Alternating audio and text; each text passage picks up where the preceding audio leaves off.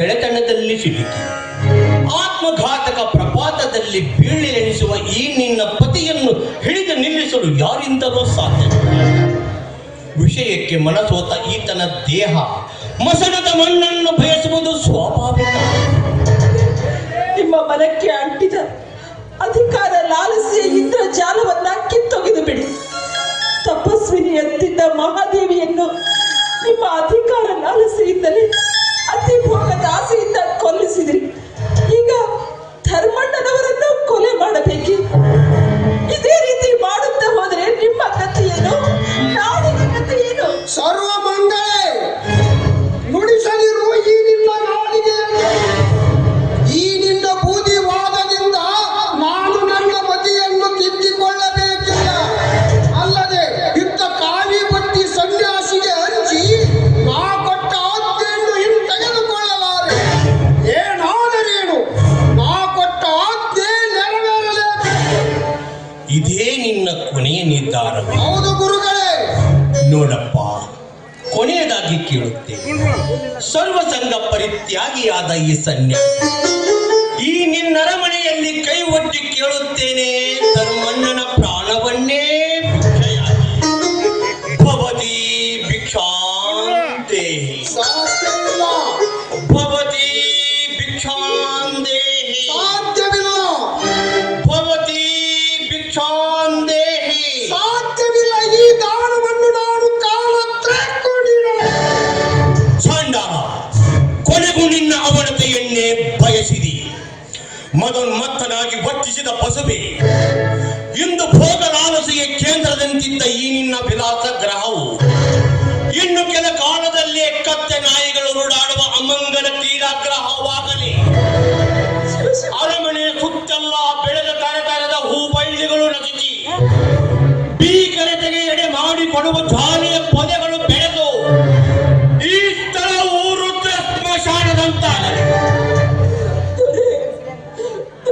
ಶಿವಯೋಗಿಗಳನ್ನು ಕೊನೆಗೂ ಕೆಣಕಿದ ಆ ಹರದ ಉರಿಯ ನೇತ್ರದಂತಿರುವ ಶಿವಯೋಗಿಗಳನ್ನ ಕೆಣಕಬಾರದಿದ್ದರೆ ಕೆಣಕಬಾರದು.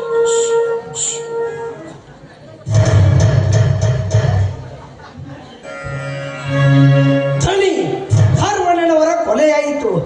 ನಿಮ್ಮ ಆದ್ಯತೆ ನಿಮಗೆ ತೋರಿಸಲು ರುದ್ರಪ್ಪನವರು ಈ ಮಣ್ಣಿನ ಪಾತ್ರೆಯಲ್ಲಿ ಅವರ ಶಿರಾರ್ಜಿತ ರಕ್ತವನ್ನು ಕಳಿಸಿದ್ದಾರೆ. ಅವಲೋಕಿಸಬೇಕು.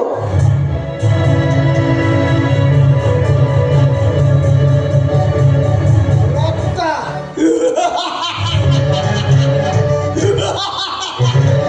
ಧರ್ಮಣ್ಣನ ರಕ್ತ.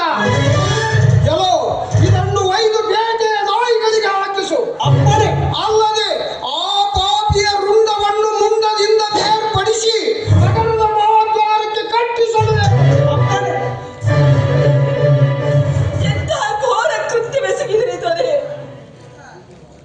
ಲಿಂಗರಾಜ, ಈ ಶಿವಯೋಗಿಯ ಸಮ್ಮುಖದಲ್ಲೇ ಸತ್ಯವಂತನನ್ನು ಅಮಾನುಷ್ಯವಾಗಿ ಕೊಲ್ಲಿಸಿ ಈ ಅಂತಹೀನ ಮಹಾಂತನಿಗೆ ಶಾಪವನ್ನೇ ಕಳೆದುಕೊಂಡೆ. ತೆಗೆದುಕೋ ಶಾಪ. ಶಾಪ ಕೊಟ್ಟು ಸುಟ್ಟು ಬೂದಿ ಮಾಡಲಿಕ್ಕೆ ನೀವೇನು ಹಿಮಾಚಲದಲ್ಲಿ ತಪಸ್ಸಿಗೆ ಕುಳಿತ ಶಿವನಲ್ಲ. ಅವನ ಅಡಿನೇತ್ರಕ್ಕೆ ಸುಟ್ಟು ಬೂದಿ ಆಗಲು ಕಾಮನು ಅಲ್ಲ. ಅದರ ಇದ್ದತ್ತ ಈ ಕ್ಷಣದಲ್ಲೇ ನಡೆದು ಹೋಗಲಿ. ತಪಸ್ವಿಗಳ ತಪೋ ತೇಜದಲ್ಲಿ ಎಂತಹ ರೌದ್ರತೆ ಅಡಗಿರುವೆ ಎಂಬುದನ್ನು ಇಂದು ಪ್ರಪಂಚವೇ ಕಂಡರಿಯಲಿ. ಯಾವ ದೇಹದ ಚೆಲುವಿಕೆಗೆ ಮನಸೋತು ಮಹಾದೇವಿಯನ್ನೇ ಕೊಲ್ಲಿಸಿದೆಯೋ ಅದೇ ಈ ನಿನ್ನ ದೇಹವನ್ನು 360 ರೋಗಗಳಲ್ಲಿ ಹಿರಿದಾದ ಮಹಾರೋಗ ಆವರಿಸಲಿ. ರವಿ ಮಂಡಲ ಪಿಂಡದಂತಿದ್ದ ತಪಸ್ಸಿನ ಚಿತ್ತಕ್ತಿ ಅರ್ಚಿತ್ವರ್ಗದಿಂದ ತುಂಬಿ ನಿಂತ ಈ ನಿನ್ನ ದೇಹವನ್ನು ಉರಿಯಾಗಿ ಪ್ರವೇಶಿಸಿ ದೇಹ ಉರಿದುರಿದು ಕೈಕಾಲು ಬೆರಳುಗಳು ಕತ್ತರಿಸುತ್ತ ದುರ್ಗಂಧಮಯವಾಗಿ ನಾರುವಂತಾಗಲಿ ಈ ನಿನ್ನ ವಜಿಕಾಯ. ಜೈ ಶಂಕರ.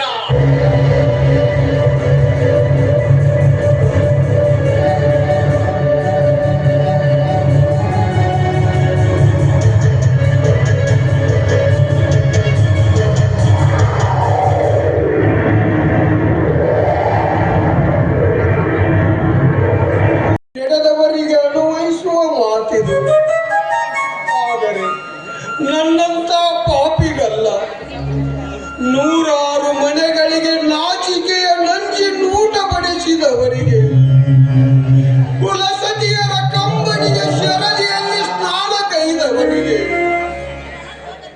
ಧರ್ಮ ನಿಷ್ಠೂರನನ್ನು ಸೂಲಕ್ಕೇರಿಸಿ ಪ್ರಾಣ ಕೊಂಡವನಿಗೆ, ಶಿವಯೋಗಿಗಳ ಅಳಿದು ಶಾಪ ಕಟ್ಟಿಕೊಂಡ ನನಗೆ ಮುಕ್ತಿ ಇಲ್ಲ ಮಂಗಲ. ಶಿವಯೋಗಿಗಳ ಶಾಪಕ್ಕೆ ತುತ್ತಾದ ನನ್ನ ದೇಹದಿಂದ ಕೀವು ನೆತ್ತರ ಬಸಿದು ಕೊಳದ ದೇಹ ದುರ್ಗಂಧಮಯವಾಗಿ ನಾರುತ್ತಿದೆ. ಮೃತ್ಯು ತಾಹತ್ತಿ ಸಾರುತ್ತಿದೆ. ಅಮ್ಮಾಜಿ, ಬಾಗಿಲಲ್ಲಿ ರುದ್ರಪ್ಪನವರು ಪ್ರಭು ಸಂದರ್ಶನಕ್ಕಾಗಿ ಕಾದಿದ್ದಾರೆ.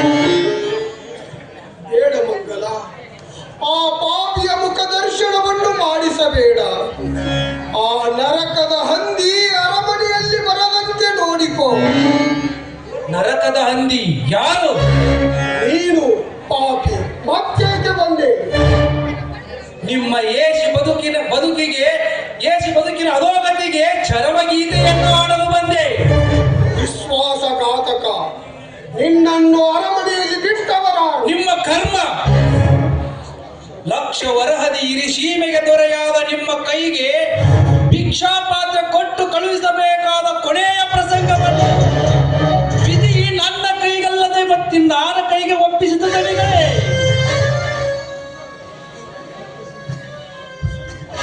ರಕ್ಕಸಿಗೆ ಸಂಸ್ಥಾನದ ದಂಡ ನಾಯಕರಾದ ಭೈರವಿ ಹಕ್ಕಿ ಬಹದ್ದೂರ್ ಬರ್ಮಣ್ಣನವರು ಸರದೇಸಾರಾಧ್ಯ ಹೊತ್ತು ಬಂದಿದ್ದಾರೆ. ತಮ್ಮನ್ನು ಪ್ರದರ್ಶಿತಗೊಳಿಸಲು ಇನ್ನು ಮೇಲೆ ನಾನು ಕಾರಾಗೃಹವಾಸಿ, ನೀವು ಪರದೇಶಿ.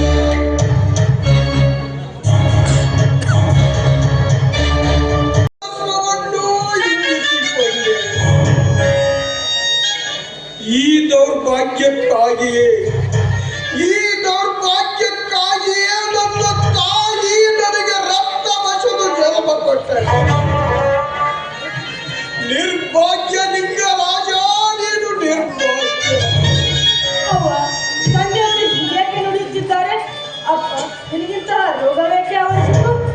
ಮಗನೇ, ನಾನು ಗೈದ ಕರ್ಮಕ್ಕೆ ದೇವರು ನನಗಿಟ್ಟ ಪ್ರತಿಫಲ. ನನ್ನಿಂದ ನೊಂದ ಶಿವಯೋಗಿಗಳ ಕೊಟ್ಟ ಶಾಪವಿದೆ. ಯಾರೂ ಮುಟ್ಟದಂತ, ಮುಟ್ಟಿದವರಿಗೂ ತಟ್ಟುವಂತ ಮಹಾ ಕೆಟ್ಟ ರೋಗವಿದು. ಮಗನೇ, ನಿನ್ನ ತಂದೆ ಜಗದ ಕಣ್ಣಿಗೆ ಬಾಹಿರನಾದ, ಧರ್ಮ ನಿರ್ದಾಕ್ಷಿಣಿಗೆ ತುತ್ತಾದ. ಸ್ವಾಮಿ, ಮಗುವಿನ ಹೃದಯದಲ್ಲಿ ಈ ರೀತಿ ಹೆದರಿಕೆ ನೀರು ಬಿಟ್ಟು ಭಯದ ಬೀಜವನ್ನ ಬಿತ್ತದಿರಿ ಸ್ವಾಮಿ. ಮಂಗಲ, ನೀರಿನ ದಾಹವಾಗುತ್ತಿದೆ. ಅದು ಅಲ್ಲಾರೋ ಬರುತ್ತಿದ್ದಾರೆ, ಅವರ ಬಳಿ ನೀರು ಕೇಳು.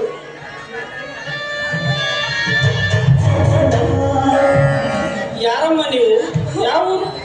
ನನ್ನ ಪತಿ ನೀರಿನ ದಾಹದಿಂದ ಬಳಲುತ್ತಿದ್ದಾರೆ, ಸ್ವಲ್ಪ ನೀರು ಕೊಡಿಯೋಣ. ಬನ್ನಿ ಸ್ವಾಮಿ.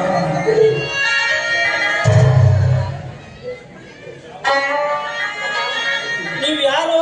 ಯಾವ ಶಾಹಿತಿಗಳು? ನಾನು ಎತ್ತಿ ಅನಿಸುತ್ತೇನೆ. ಅದೇ ಆಗಲ್ಲ, ಕೈ ಒಡಿಸ್ಕೊಂಡು ಅದನ್ನೆಲ್ಲ ಆಮೇಲೆ ಹೇಳಿ. ಇವೇನು ನಾಟವಯ್ಯ?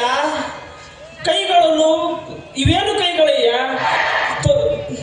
ಕೊಳತು ಹೆಂಡತಿ ತೊತ್ತಾದಳು, ಹೊಟ್ಟೆಯಲ್ಲಿ ಹುಟ್ಟಿದ ಮಗ ಏನಾದ? ಯಾಕೆ ಬಿಡಿ ಇವರನ್ನು? ಇಂದು ನೀನು ನನಗಿದ್ದ ಉತ್ತರವನ್ನೇ ಮುಂದೆ ನಾನು ನಿನಗೆ ಕೊಡಬೇಕಾಗಿತ್ತು. ಎಚ್ಚರ! ಏನೋ ಕಕ್ಕೆ, ಈ ತೊತ್ತಿನ ಹೊಟ್ಟೆಯಲ್ಲಿ ಹುಟ್ಟಿದ ನಿನಗೆ ಇಷ್ಟೊಂದು ಉದ್ದದ ತನವೇ?